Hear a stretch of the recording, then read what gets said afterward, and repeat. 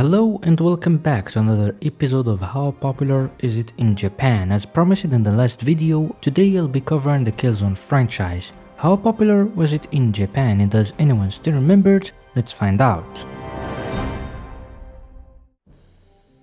Killzone saw an unexpected release in Japan on October 27, 2005, published not by Sony, but by Sega. The game came with its own localized box art but otherwise remained unchanged.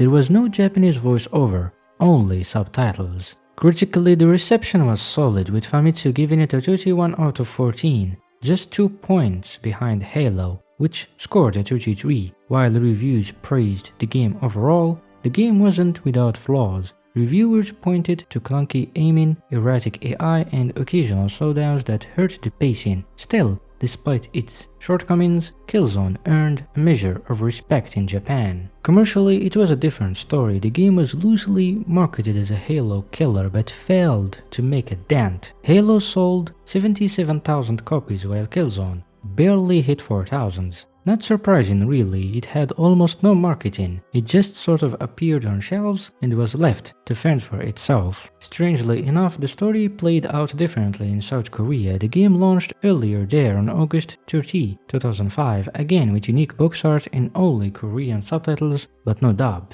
Reviews echoed the same strengths and flaws as in Japan, but the commercial response was far better. Killzone sold well enough to earn a big hit series re-release label, a rare outcome for a Western shooter in that market. Given Killzone's meager showing in Japan, it wasn't surprising that Sony chose to skip the release of Killzone Liberation over there. South Korea, however, did get the game, complete with its own localized box art. As with the original, there was no Korean dub, only subtitles, again. There's a little data on how the game performed commercially in South Korea, but early reviews were generally positive, with particular praise for its controls and overall gameplay style. But everything was about to change. Killzone 2 was coming, and it would shake things up in a big way.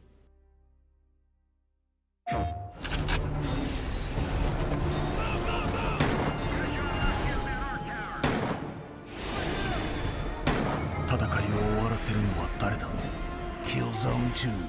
PlayStation 3. After the disappointing commercial performance of the original Killzone in Japan, Sony wasn't ready to give up. On April 23, 2009, Killzone 2 officially launched in the region, and this time, they came prepared.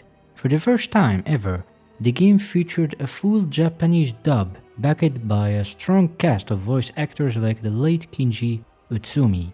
The marketing push was just as serious. Over 9 TV commercials aired, flyers were everywhere, and a strong focus on magazine exposure. This time, the effort paid off. Killzone 2 had a strong debut in Japan, with it ranked number 3 in Famitsu's charts. Consequently, Killzone 2 sold 87,000 copies by the end of 2009, finally surpassing Halo in the Japanese market. Critically, the game was well received. Famitsu gave it a 32 out of 40 score. Killzone 2 was a success on all fronts in Japan, which ultimately went on to receive PlayStation the Best re-release on December 2, 2010. But what about South Korea? Killzone 2 found just as much success there.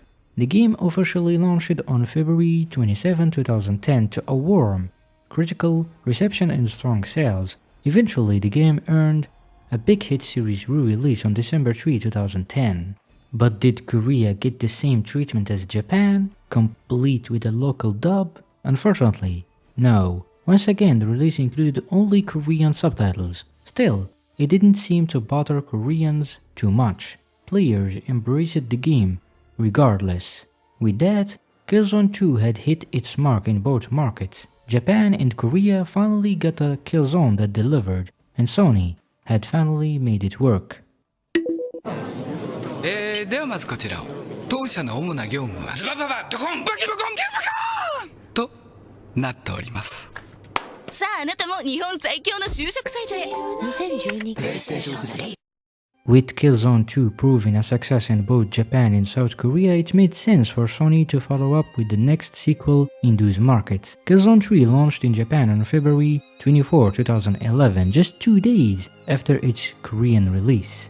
This time, the marketing push in Japan wasn't as strong. Maybe Sony felt they didn't need to go all in. Killzone had already found its audience, hence why they weren't so pushy. Sales were lower than Killzone 2, but the game still performed well. It broke into the top 10 during its debut and ended up among the top 100 best-selling games in Japan that year. Sony managed to hold onto much of the momentum, eventually re-releasing Killzone 3 under the PlayStation The Best label on November 22, 2012.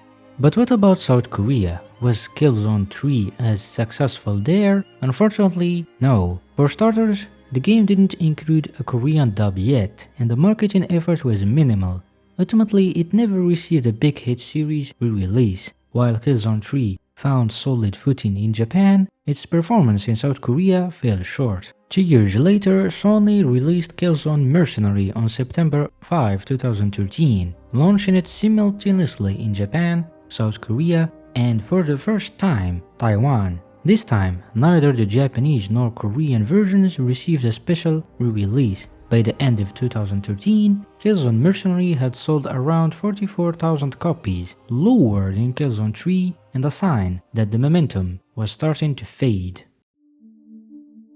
Killzone Shadowfall, the final chapter in the Killzone franchise, was released overseas on December 17, 2013 for South Korea, and then on February 2014 for Japan. Unlike Killzone 2 and 3, this time, however, the situation was different. While Killzone Shadowfall did have a strong debut in February, its sales quickly declined to a record low with each passing month, and eventually the game stopped appearing in sales charts. Nobody knows how many units Killzone Shadowfall continued to sell over months, as it took Sony 4 years to release the game under the PlayStation Hits re-release in Japan. As for South Korea, the game was no longer deemed as successful as it had been during the PS2 and PlayStation 3 era. The question remains, is Killzone still remembered in Japan and South Korea, or has it faded into obscurity? Surprisingly, it hasn't. While the franchise may not have cultivated a massive fanbase in these regions, it still holds a place in the hearts of many gamers. The fact that Killzone has maintained a cult following in Japan with fans eagerly awaiting its revival speaks volumes. When the duty calls, Sony must answer because the battlefield is waiting, and Killzone deserves its return to war.